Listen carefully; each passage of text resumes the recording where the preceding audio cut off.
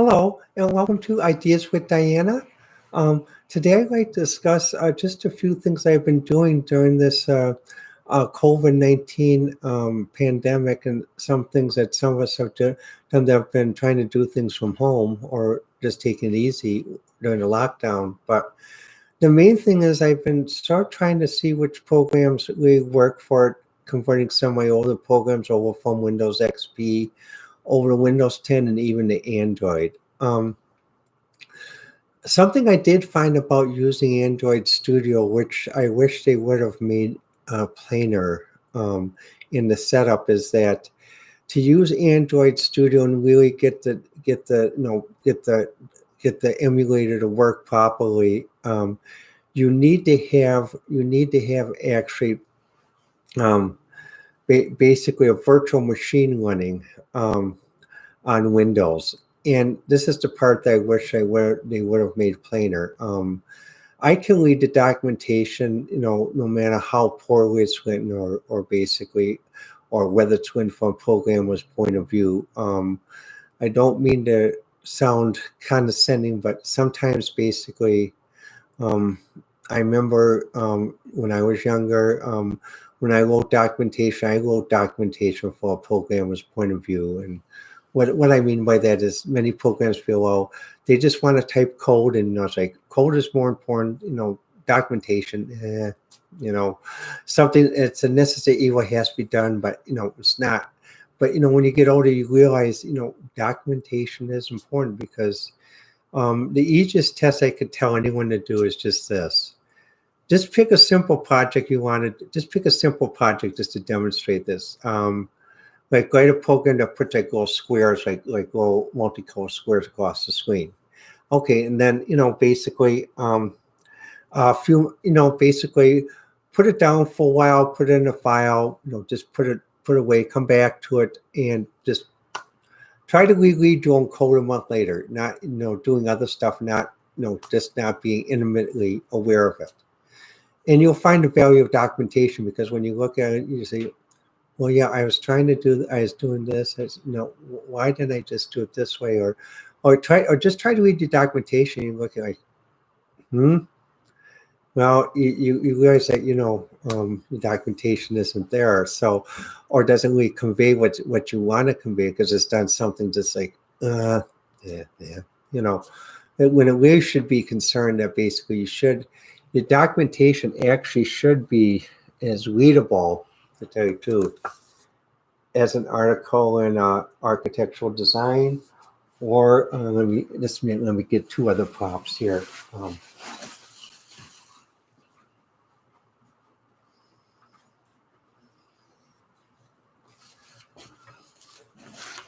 Or as an article in Psychology Today, or Vogue.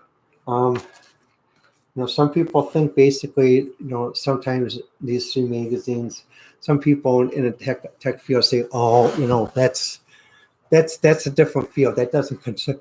Yes, it does. Being able to communicate does concern everybody, especially during this pandemic. Now, getting back to Android Studio. Once you get Android Studio installed and you pick a virtual machine like that to do it, this is the other issue that I wish Android would make clearer, because what I found out on my computer, there are certain virtual machines that won't run on Android Studio, but do run on others. So I wish Android, the people that make Android Studio would put a list, like if you have Dell such and such, computer such and such, we have tested these virtual machines to run on your system. Or if you have an HP, we have tested these virtual machines to run on a system. Then make it easier in the process. The last step is basically setting up the virtual machine. I can read bad documentation, figure out how to do it, and get it done. But the thing is, really, what would really help about this is, it's like when Linux first came out. Basically, the biggest thing about using Linux was you had to reformat your hard drive and reset up your hard drive, or if you were intelligent enough, you could actually do a dual boot, which many of us did. But then years later, after a while, we realized that rather than have people try to jump from here to here to do a dual boot or set up your hard drive, if we can make an application package that does this jump for them, that's what made it easier for people to set up Linux. Because, for example, when you set up Linux, you get two questions: do you want to install Linux on top of your Windows operating system or Mac operating system, or do you want to wipe the whole hard drive and just go completely Linux? Simple yes or no. And basically, it's just a matter of macros and codes. I mean, and rather than have a person who's not familiar to do it, let's have a macro do it. And then provide information, so if they want to learn how to do it later, they can, but they don't have to be so scared that they're going to completely crash their system and they're going to have to take it to someone who knows how to fix it or something else. And that's what I'm saying. What the people that do Android Studio, you guys, it'd help if you just make a thing to test, like a virtual machine, or some fix a virtual machine. Somehow develop a test module. Does this virtual machine work with this computer? And the other part is also do a macro setup like we did in Linux about establishing a virtual machine. Like I established my virtual machine in Ubuntu because I knew the emulator would run faster and basically would run. And so once I did that, I was able to get the Hello World emulator going for Android and play around and do a few other things. And then another program I've been working with is the community edition of Embarcadero, which I love quite a bit. It's able to work with my old code going back almost 20 years, 30 years, and this is something that's that will help.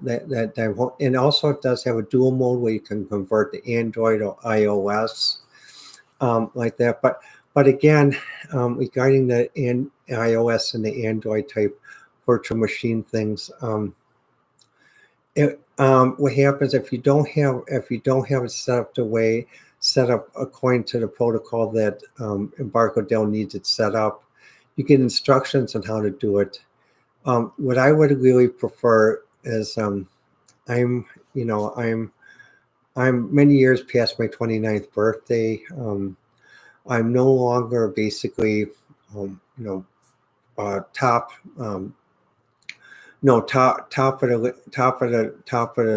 the heap technician where I read tech magazines all day and do. I migrated into management. And I still do R&D, but I'm not as tech savvy as I was when I was 29. So I would actually prefer if there was a macro or an application where basically it could detect, okay, you have Embarcadero LED and you want to set up a virtual machine so Embarcadero can do an iOS or an Android for your phone. And just an ad that says like something simple, like basically, step one, make sure your phone's plugged in. Step two, do we have permission to modify your phone for developer setting? Click yes. Step three, then basically it goes through the macros to connect to the phone and then run a test program and set up the virtual machine. And step four, then what it does, it shows a sample program that you can compile to get confidence that you can actually see it running on your iOS or your Android phone. Again, it's not that basically many of us who are older don't understand the technology. Some parts of it, I'll admit, that some parts of the technology, I'm learning every day, basically how it works and other things and that though. However, but the thing though you have to remember though is for many of us, we've learned certain ways on how to do things, and what happens with the computer nomenclature, it's changed quite a bit over the years compared to the way we used to describe things. So in some ways it's almost like archaeology, because basically what we would describe something in our terminology when we were in our 20s versus with another tech group that's in their 20s now that's writing the code and documentation now is almost like basically trying to understand trying to understand ancient hieroglyphics, or to some people who are basically biblical scholars, it's like trying to basically understand what is the true source text, the Bible, because basically the two forms, and that's exactly.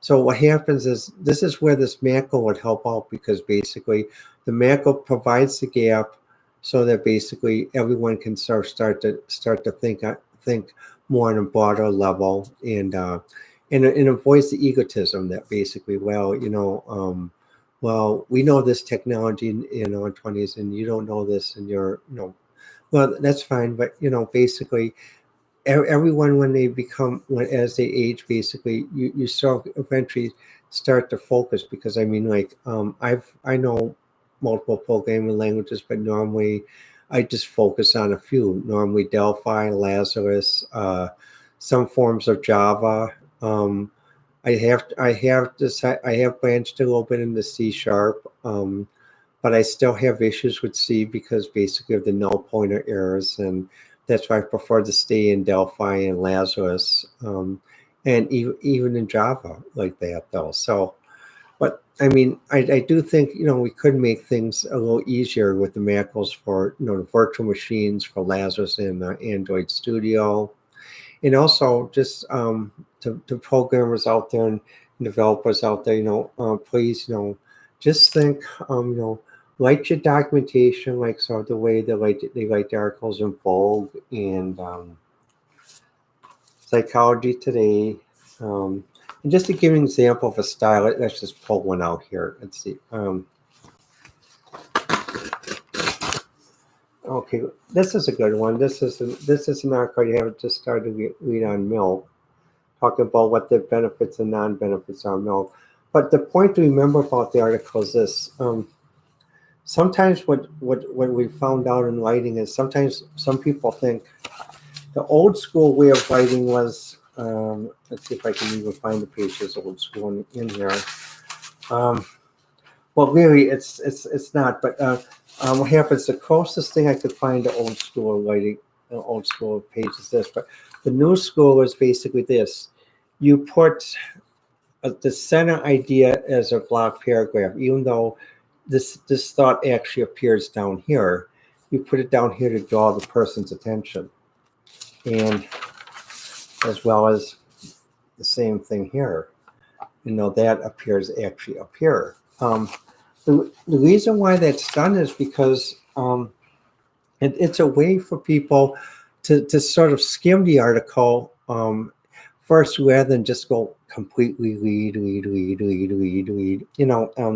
I mean, when I was in my 20s in tech, creative computing and Byte, based on the publishing techniques of those times, and even with Vogue and that, everything had to be basically, block, text, or basically just a special layout for a picture, because you actually had to do a special cutout, and then you had to do a special printing process, and you had to do a second process for the picture, and then, it's a different, so basic. But when they did discover different printing techniques where you could do overlays and also center things, because even just to show you, let's just open one in Vogue here and show you. Right here, basically you can see right here, basically this is a centerpiece. It's down here, and do the same thing here.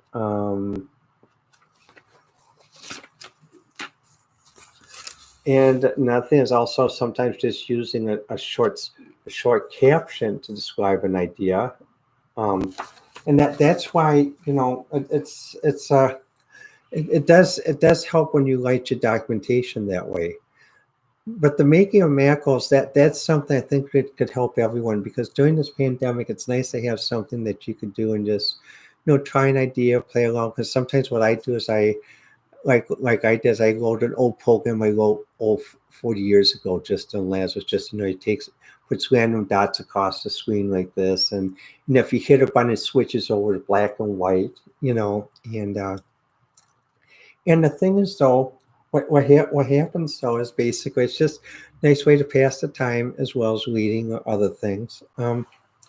So another thing I've been doing during this pandemic is also just taking a look at a few movies on Netflix.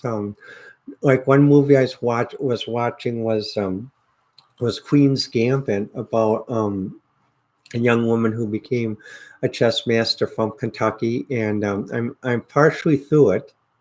I think I'm about five episodes into it, and what I'm amazed at is based on her background, she was able to achieve so much, and also she's a very mature woman because basically she was growing up at a very changing time, and it showed basically she could still keep her identity and still basically keep her intelligence. She didn't have to. She actually was able to survive with her and her mother and even her um, by her intelligence, not by using what was considered other means at that time for a woman to survive. And it's similar to the movie I watched on Helen Reddy. The same thing when it showed when Helen Reddy came to New York. The one person interviewing at the radio station was very patronizing and asked her about, well, why is she divorced? And says, well, did your husband forget your birthday? Which is very patronizing, and such. And then basically had to travel all that way, and then didn't follow through on the record deal.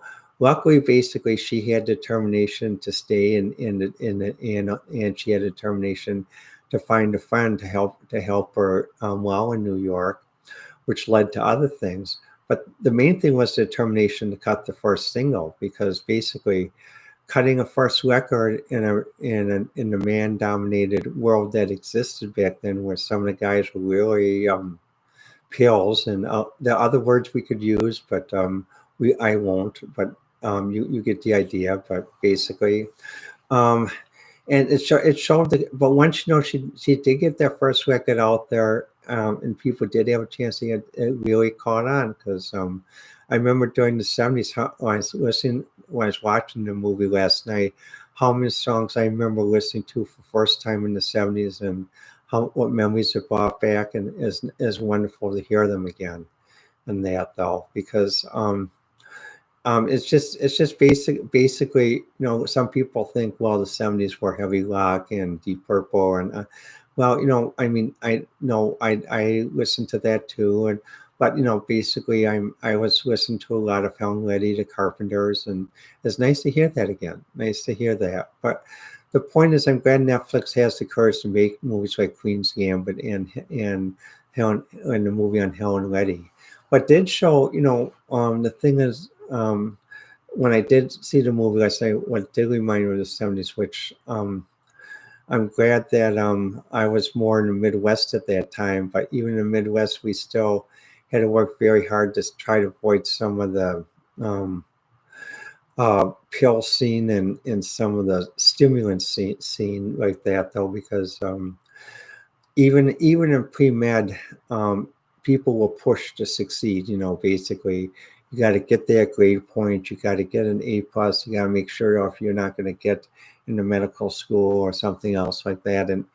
And some people basically, ended up taking large amounts of coffee or stimulants or pills like that, though. And that was always the struggle back then, is basically with me basically what it is coffee, and I this last 2 weeks I had stomach flu, so actually for me is actually nice to be able to detox off coffee, and so for about 2 weeks now I haven't had any as much coffee as I normally do.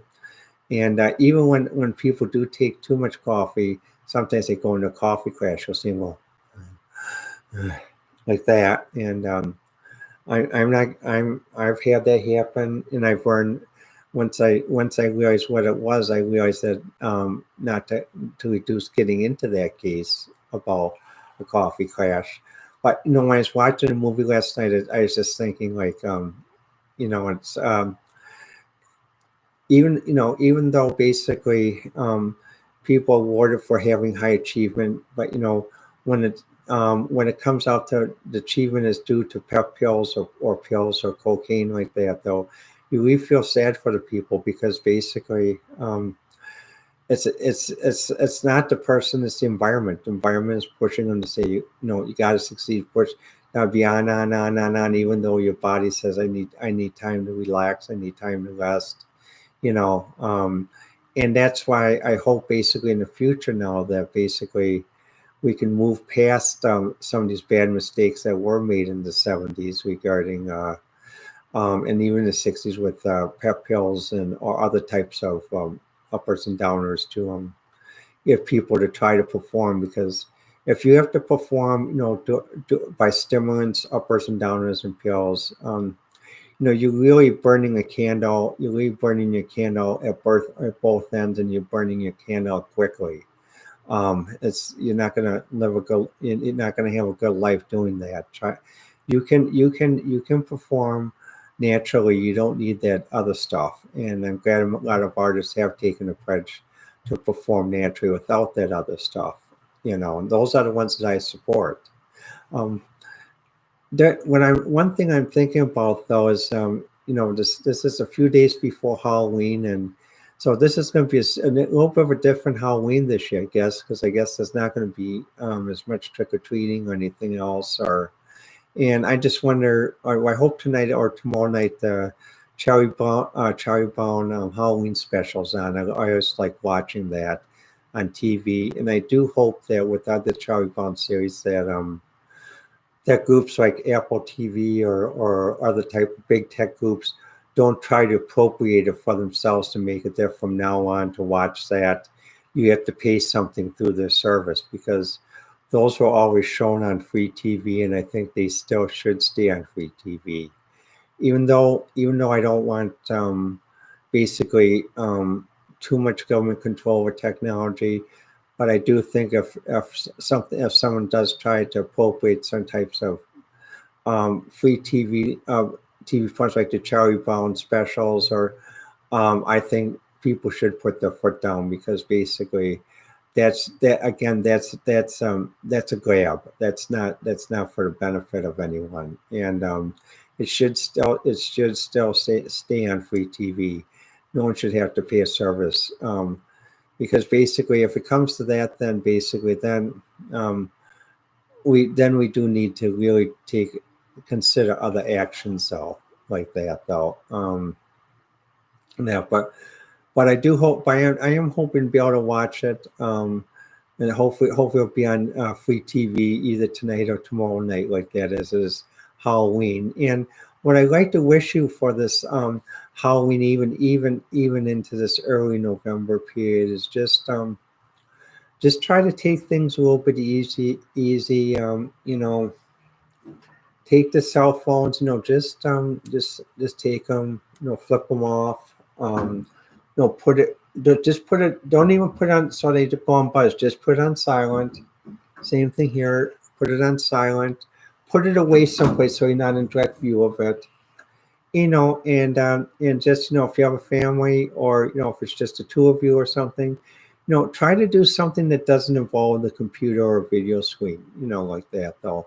Maybe listen to some music or something like that. Like I have a stereo that I listen to records every so often. I actually have restarted my record collection because I do like records, the sound of records over CDs. And I understand the arguments because I remember reading when CDs first came out, and even in Playboy, about the different arguments between sine wave and cosine wave, and rectifier versus basically fast capacitor type signal generation. So I mean, I know the technology of it, and could even explain to you how it's just one transistor. It's only one transistor difference that makes the difference between Dolby B and Dolby C as far as filter as far as sound filters, just one transistor, one extra transistor. And but the point is though is try to do something where you don't always have to do it online, because people may in this COVID-19 we've had to live the Star Trek culture of everyone on view screens and talking, and with these communicators, or as my dad used to call it, the electronic leash. Um, um, you know, trying to put that, try to put that away. Could just use this time to get back to being human again. Because you have to remember, it's been many years since my 29th birthday. I received my first cell phone actually when I was 39. That was, when I was 39, and when I first had it, basically I just saw it's nice, I'd put it in just, but but then it wasn't really until about 2010 that that started becoming an appendage, and now I'm starting to get back to not having it as an appendage, actually, like that though, because I mean, friends that know me, if they call me, I don't immediately pick up. They know they'll call back later.